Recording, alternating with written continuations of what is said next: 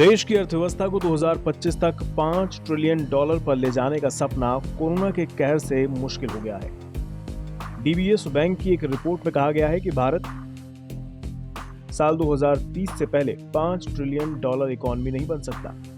DBS के मुताबिक ये लक्ष्य हासिल करने के लिए भारत ज्यादा से ज्यादा लोगों को कृषि क्षेत्र से इंडस्ट्रियल सेक्टर की तरफ लाने की जरूरत है। अब सवाल खड़ा होता है कि इस लक्ष्य को हासिल करने के लिए भारत को किस रफ्तार से विकास करना होगा।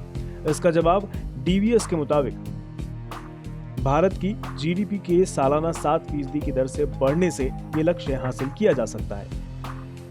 जानकारों का मानना है कि डीबीएस का यह अनुमान सामान्य हालात में भारत की 7% विकास दर को ध्यान में रखकर लगाया गया है। लेकिन अगर भारत इस दर से ज्यादा स्पीड से विकास दर हासिल करने में कामयाब हो जाए तो फिर ये टारगेट डीबीएस के अनुमान से कहीं पहले हासिल किया जा सकता है। दरअसल जिस तरह से अलग अलग सेक्टर्स तेजी का अनुमान लगा रहे हैं, उसे देखकर 2030 से कहीं पहले भारत $5 ट्रिलियन की इकोनॉमी बन सकता है। मिसाल के तौर पर अगर रियल एस्टेट की बात की जाए तो फिर हाउसिंग सेक्रेटरी दुर्ग शंकर मिश्रा का मानना है कि 2030 तक तो रियल एस्टेट सेक्टर का आकार ही बढ़कर $1 ट्रिलियन हो सकता है, जबकि प्री कोविड में रियल एस्टेट महज $200 अरब का था।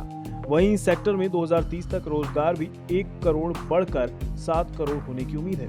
वहीं 2019 में रियल एस्टेट में 5.5 करोड़ लोगों को रोजगार मिला हुआ था।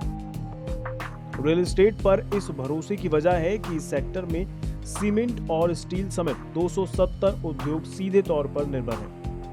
वैक्सीनेशन ड्राइव बहुत बढ़िया तरीके से चली है, जिसके अंदर कमर्शियल रियल एस्टेट को काफी हेल्प मिलेगी और वो वापस से लोग ऑफिस आएंगे और कमर्शियल रियल एस्टेट बढ़ेगी। दूसरा, पेंडेमिक के अंदर हर आदमी को ये समझ आ गई है कि अपना घर होना बहुत जरूरी है। इसके कारण रेजिडेंशियल रियल एस्टेट के अंदर बहुत तेजी है, खास करके वहां पर जहां पर घर तैयार हैं और जहां पर लोग ready to move in inventory ढूंढ रहे हैं। 2025 तक 13% कंट्रीब्यूशन होगा जीडीपी में रियल एस्टेट का, which makes around $650 billion of the market size of real estate, and 2030 तक 1 trillion. So that is a very next level number which is we are saying, and it is happening just because कि affordable housing का एक boom है market में, because masses or common people want their first time homes।